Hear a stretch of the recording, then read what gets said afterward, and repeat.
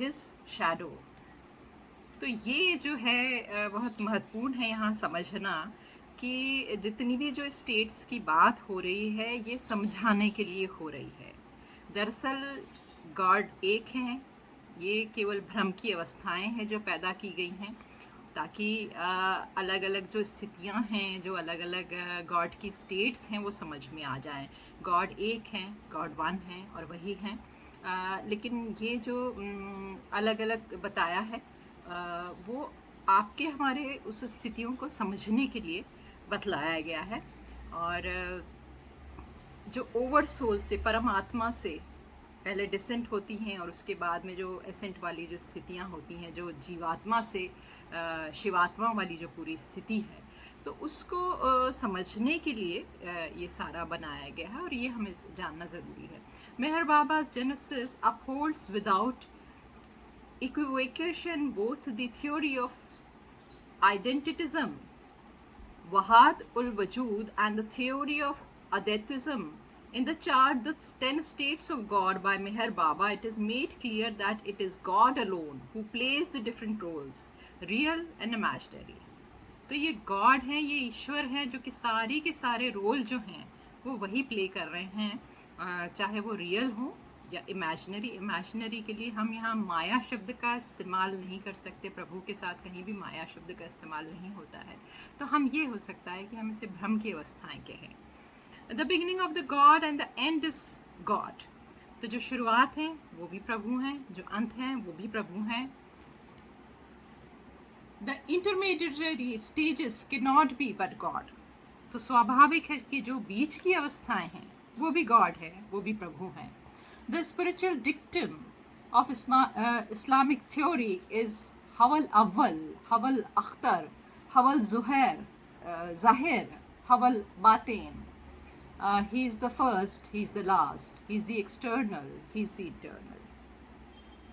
तो ये स्वाभाविक है कि वही प्रथम है, वही अंतिम है। तो जो बीच की अवस्थाएं हैं वो भी गॉड हैं, वो भी ईश्वर हैं, वो भी प्रभु हैं। जो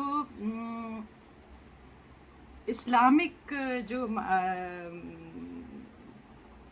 थियोलॉजी जिसे हम कहते हैं, वो जो उक्तियाँ होती हैं जो उनकी, या उनकी जो संदेश होते हैं, उसमें कहा जाता है हवल अवल, हवल आखिर, हवल ज़हीर, हवल बातिन। ही इज़ द फर्स्ट, वो प्रथम हैं, वो पहले हैं। ही इज़ द लास्ट, वो आखिर हैं, वो अंतिम हैं। ही इज़ द एक्सटर्नल, जो बाहर हैं वो भी प्रभु हैं, और जो अंदर हैं वो भी प्रभु ही हैं। तो जो सारी अवस्थाओं में सब जगह जो हैं वो ईश्वर ही हैं। और ये दरअसल एक लाइन में सार है पूरे इस जो चार्ट जो है, या पूरा 10 states of God 9th chapter है उसका, कि वन गॉड, केवल एक गॉड की ही यहाँ बात हो रही है, जो बाहर हैं, जो अंदर हैं, जो प्रथम हैं और जो अंतिम हैं। सभी सब कुछ ईश्वर ही हैं। मौलाना सब्स्तरी ऑफ गुलशन राज सेज, गर अंदर अमद अवल हम बिदर शुद, अगर चिर दर माद अज दर बिदर शुद। He returns to the door from which he first came out, although his journey he went from door to door. अब ये जो है ये बहुत ही इम्पॉर्टेंट है। ये बिल्कुल इन्होंने जो है सारी जो है जो कई धर्मों में ऐसा मानते हैं कि कोई पुनर्जन्म नहीं होता है, हमारे हिंदूज़ में मानते हैं कि पुनर्जन्म होता है। तो ये जो एक बहुत बड़ा कॉन्फ्लिक्ट आता है, उसका बड़ा खूबसूरती से एक ही शेर में इन्होंने पूरी क्लैरिटी दे दी है, पूरा आंसर दे दिए हैं कि he return to the door from which he came first out. जिस दरवाजे से वो पहले आए थे उस पर लौट गए हैं। तो हमारे उसमें जो बीच की जो छोटी छोटी अवस्थाएं हैं, जो रिइंकार्नेशन की जो अवस्थाएं हैं, उन सबको माना जाता है, और कई धर्मों में उसको नहीं माना जाता है। ये फ़र्क है बस। Although in his journey he went from door to door. We shall now try to describe Consciously, each one of these 10 states of God as explained by मेहर बाबा. चूँकि ये चैप्टर जो है वो एरिज जस्सावाला द्वारा लिखा गया है, तो वो यहाँ कह रहे हैं कि अब जो हैं हम जो 10 स्टेट्स ऑफ गॉड जो मेहर बाबा द्वारा बताई गई हैं, हम उसको पूरा जो है एक्सप्लेन कर रहे हैं. तो अब स्टेट जो है फर्स्ट जो है वो है God is in the beyond state. परात्पर परब्रह्म की जो अवस्था है ईश्वर की, प्रभु की, वो सबसे पहली है. चार्ट अगर आप देखें तो उसमें सबसे ऊपर जो है परात्पर परब्रह्म की अवस्था दी गई है. सबसे ऊपर जो है शुरुआत वहीं से होती है, परात्पर परब्रह्म की अवस्था से. God in beyond state. The state of God is so transcendental that nothing can really be conceived of it. It is utterly pure and immaculate and has no tinge of otherness. It is the hidden of all hidden knowledge and the internal and all internal realities. It is beyond all words and so it cannot be adequately described. It is neither finite nor infinite, neither attributeless or with the attributes. This is domain in the wings of thoughts, interference, discrimination and understandings are limp and useless. तो जो परम अवस्था है, परात्पर परब्रह्म की जो अवस्था है, उसके बारे में बहुत ही खूबसूरती से यहाँ पर लिखा हुआ है. The state of God is so transcendental that nothing can really be conceived of it. दरअसल हमने जो मनुष्य ने जो अनुभव किया है वो 5 तत्व अनुभव किए हैं, और जो परात्पर परब्रह्म की अवस्था होती है वो 5 तत्व से नहीं बनी होती है. इसलिए उस अवस्था को हमारे सामने बयान करने का कोई अर्थ ही नहीं है, क्योंकि हमें वो समझ ही नहीं आएगी बात. हमारे इंटेलेक्चुअल माइंड से हम किसी भी प्रकार से उसे फैदम कर ही नहीं सकते हैं, हम उसे के बारे में सोच ही नहीं सकते. तो ये जो है उसको लिखा है कि वो अनडिस्क्राइबेबल है वो स्थिति. It is utterly pure and immaculate and has no tinge of otherness. मतलब उसकी जो स्थिति है वो बिल्कुल ही प्योर अवस्था में है, उसमें कोई द्वैत भाव नहीं है, और वो जो है वो एक अलग ही जो है उसमें कोई द्वैत, कोई अदरनेस नहीं है. It is the hidden of all hidden knowledge. तो हिडन नॉलेज जो आध्यात्मिक जो जानकारियाँ होती हैं या जो ज्ञान होता है या प्रज्ञा जो आध्यात्म के रूप में पाई जाती है, उसको हिडन नॉलेज कहते हैं. उसको जो है रहस्यमय कहा जाता है, जिसको कि शब्द मुँह से कहा नहीं जाता है. तो ये जो है कि hidden of all hidden knowledge, ये वो स्थिति है. It is beyond all words. जितने भी आप शब्दों का इस्तेमाल कर लें ये उसके परे है, क्योंकि हमारे पास वो शब्द ही नहीं है, हमारे पास वो डिक्शनरी ही नहीं है, हमारे पास वो शब्द विन्यास ही नहीं है जिससे हम उस पंच तत्व के परे जो है उसकी बात कर सकें. It is neither finite or infinite, neither attributeless or attributes. जो निर्गुण सगुण की जो बात हो रही है, finite infinite, मतलब हम किसी भी स्थिति में निर्गुण है प्रभु के लिए, हम निर्गुण की स्थिति बोलते हैं, सगुण की स्थिति बोलते हैं, एट्रीब्यूटलेस की बात करते हैं. हम फाइनाइट वो जो उसका लिमिटेड सेल्फ की बात करते हैं या इनफाइनाइट की बात करते हैं. इन सब स्थितियों से परे है वो, the beyond state of God. It is in the domain of wings of thoughts. जो जितने भी जो होता है डिस्क्रिमिनेशन, अंडरस्टैंडिंग, इससे कहीं से भी हम उस चीज़ को फैदम नहीं कर सकते, हम समझ नहीं सकते. एक और जो हाफिज़ ने कोट किया है, हाफिज़ का लिखा है यहाँ, बिख्याल दर निर्गुंजाद तू ख्याल ए खुवद मर्जन जान जी जाहत हुवद मुबारा मतलब बेहक सुयाश. ये हाफिज़ कह रहे हैं, he cannot be grasped by the mind. Therefore, do not exert yourself to understand him. तो वो कह रहे हैं कि आपके जो दिमाग से और आपके बुद्धिजीवी होने से, आपके इंटेलेक्चुअलिज्म से आप जो है कोशिश करें अगर खुदा को कि बियॉन्ड स्थिति को समझने को, तो आप उसको किसी भी तरह से नहीं समझ सकते हैं। तो इसके लिए ज़रूरी है कि आप अपने दिमाग पे ज़्यादा जोर ना डालें उनको जानने के लिए। He is free from all the direction, वो हर डायरेक्शन से, हर दिशा से जो है अलहदा हैं, ओपन हैं। और therefore do not try to seek him anywhere. जो हमारे सीकर वाली एक स्थिति होती है कि मैं खोज रहा हूँ, मैं सीकर हूँ, तो क्या सीख कर रहे हैं? वो तो सभी जगह है, जो सभी जगह है उसको आप कैसे खोज सकते हैं?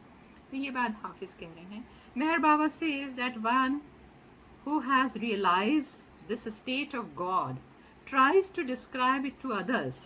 The act result in a description not of the first but of the second state of God, God in beyond state. तो अगर मेहर बाबा यहाँ कहते हैं इनको कि अगर कोई किसी को रियलाइज हो गई है अगर वो स्थिति, और वो किसी को समझाने की कोशिश कर रहा है कि बियॉन्ड स्टेट ऑफ गॉड को क्या कहते हैं या वो क्या है, तो वो दरअसल वो बियॉन्ड स्टेट ऑफ गॉड को ही समझा पाएगा। Description not to the first but to the second state of God.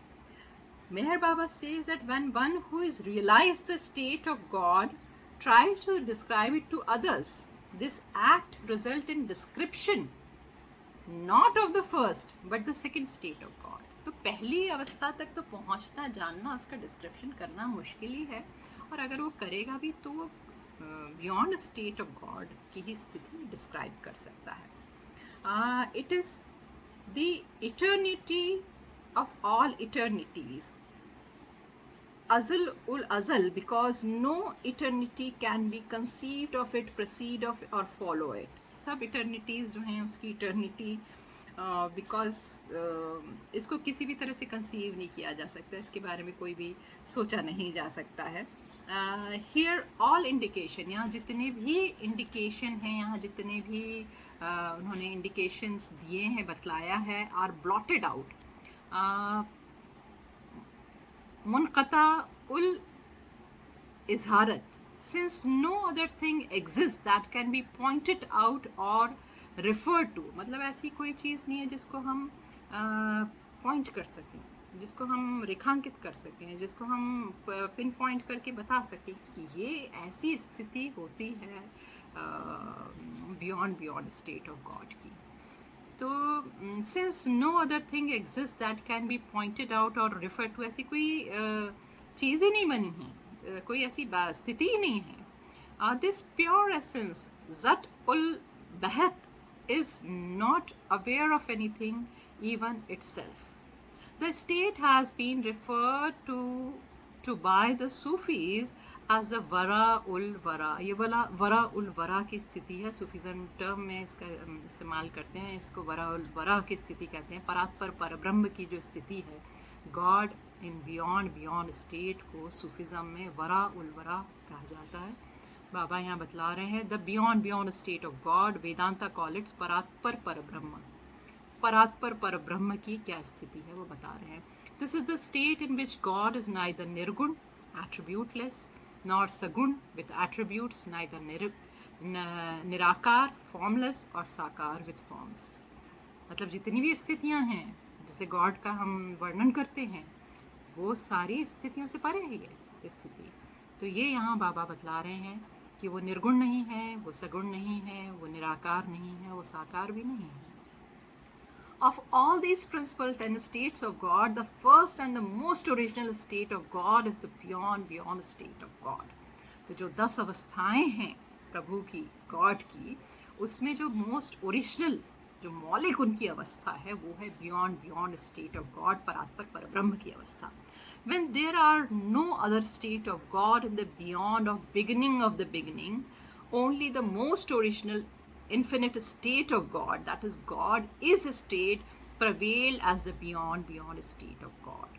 तो अब इस पूरे उसमें जो है कि beyond beginning of the beginning, begin वो बाबा का जो एक सॉन्ग है बड़ा, तो जो एक बिल्कुल शुरुआती स्थिति है जहाँ से सृष्टि निर्माण से भी परे की, बहुत परे की बात कर रहे हैं। ओनली द मोस्ट ओरिजिनल मौलिक infinite state of God, God is, खुदा हैं, अल्लाहू वाली जो स्थिति होती है, prevailed by the beyond, उसके बाद जो है वो अल्लाहू वाली स्थिति पे। In the infinite and the beyond state of God, only the infinity of infinitude is manifest, and the unbounded absolute infinite divine vacuum, ये divine vacuum है, ये यहाँ से वहाँ तक जो है वो एक दिव्य जो है वो पूरा की पूरा है, उसमें एक रिक्तता है, और उसका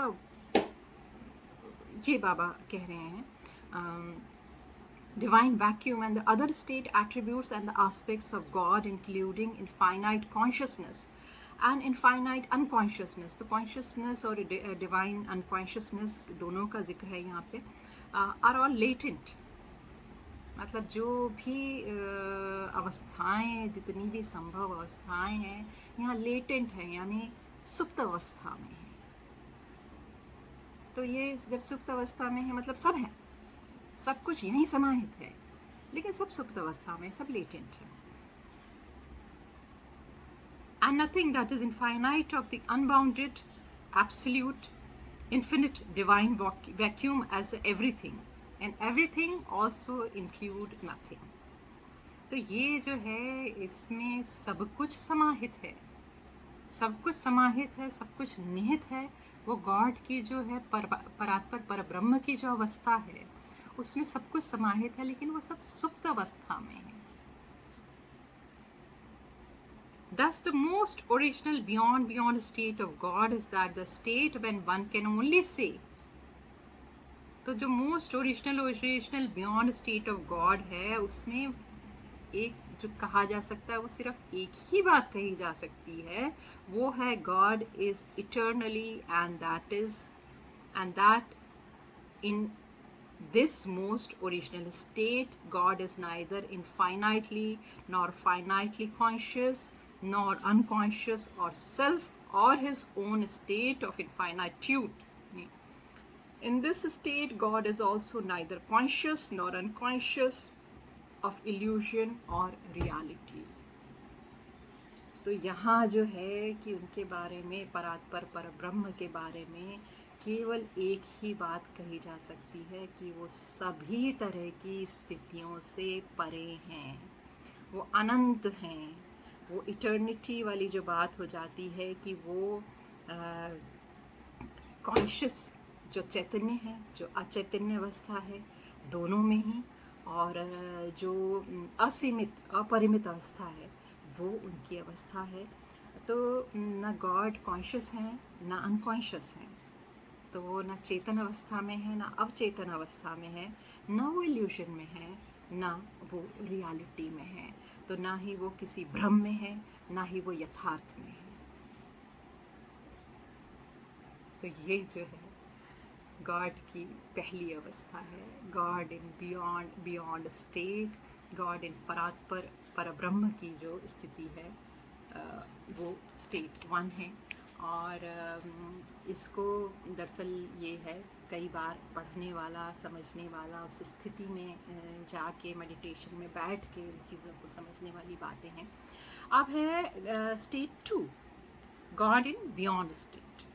तो we have already stated that the beyond state of God can never be adequately describe. तो हम जैसा कि ऑलरेडी आपको पहले भी बतला चुके हैं कि बियॉन्ड स्टेट ऑफ गॉड है, उसको हम कहीं भी सही तरीके से सही रूप में उसका जो वर्णन किया ही नहीं जा सकता है, वो अवर्णनीय है, वर्णनीय है। God realize being when they try to describe the beyond state succeed only in describing the beyond state of God। तो कोई डिस्क्राइब करने की भी अगर कोशिश करता है तो वो दूसरी अवस्था यानी बियॉन्ड स्टेट ऑफ गॉड को ही डिस्क्राइब कर पाता है, which is the Allah of Sufis. जो सूफीज़ के लिए अल्लाह हैं और हरमुज़दा है ज़ोरास्ट्रियंस के लिए परमात्मा है,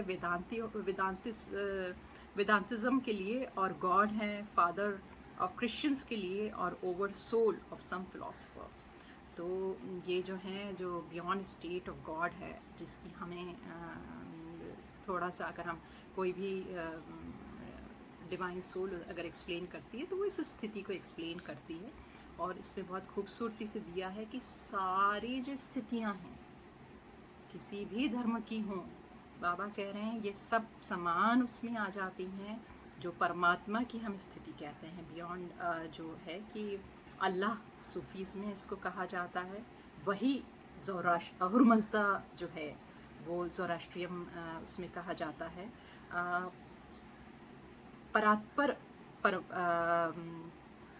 परात्पर परमात्मा की जो स्थिति है वो वेदांत में कही जाती है। और क्रिश्चियनिटी में जो है फादर ऑफ क्रिश्चियंस जो हैं उनको गॉड ऑफ द फादर जो है, गॉड द फादर जो है वो। और जो ओवर सोल है, जो फिलोसफर हैं जो कि निर्गुण भक्ति से जाते हैं और वो कोई नाम नहीं देना चाहते हैं, तो वो ओवर सोल उसको कहते हैं, उसको परमात्मा कहते हैं। और तो वो जो है वो ओवर सोल उनको कहते हैं। तो God is the beyond state is absolute, unlimited and infinite। तो जो गॉड की स्टेट है, जो उनकी अवस्था है, वो एब्सोल्यूट है, वो बिल्कुल स्थित प्रज्ञ वाली जो स्थिति हम कह सकते हैं। अनलिमिटेड है, मतलब जिसकी कोई सीमा नहीं होती है। इनफाइनाइट है, जिसका हम इनफाइनाइट जो कहते हैं कि अनंत हो गए वो। The one without the second, मतलब उसमें कोई कहीं किसी भी उसमें दोहराव नहीं। वन विदाउट अ सेकेंड जो है बाबा ने कई जगह इस्तेमाल किया है कि that's it, one, he is the one, उसके अलावा ना आदि ना अंत, उसका वही है जो है, वही है, ईश्वर है, प्रभु है। मेहर बाबा while explaining the second state of God stressed that fundamentally state 2 is in the no way different from the state 1 of the God. The sub-state ABC of the state 2 of God are that creates the difference। तो यहाँ बाबा ने emphasise किया है, explain करते हुए बहुत stress दे के कहा है कि फंडामेंटली, मतलब आप बुनियादी तौर पे अगर देखें तो स्टेट 2 जो है उसका स्टेट 1 में कोई बहुत ज़्यादा फ़र्क नहीं है। पर जब हम सब स्टेट उनकी जब बनती हैं, मतलब जो अगर हम चार्ट में देखते हैं और उसकी जो ये तीन स्टेट्स जो बन रही हैं, तो उसमें जो है जो बन रहा है गॉड इन बियॉन्ड स्टेट, और उसके बाद जो सेकंड बी और सी स्टेट बनती है उसकी वजह से फ़र्क होता है। उसकी वजह से डिफरेंस जो आता है वो उसकी वजह से आता है। How, when and where the difference comes into the being is describe as follows from the explanation of Meher Baba. तो हाउ मतलब कैसे, कब, क्यों आता है ये फ़र्क, वो मेहर बाबा ने जो डिस्क्राइब किया है वो इस तरह से है। एट द हाउ मतलब व्हेन मतलब कब, और वेयर मतलब कहाँ। तो कैसे ये डिफरेंस आता है ये मेहर बाबा ने एक्सप्लेन किया है। At the instant when the latent original infinite Vim of the infinite God is to know himself, who am I. It is about to search in the unbounded uniformity of the unbounded, absolute, infinite, divine vacuum of the most original, beyond state of God. The very prospect of this infinite urge to know, prompting the eternally tranquil poise of God in the unbounded, absolute, infinite, divine vacuums becomes unconceivable।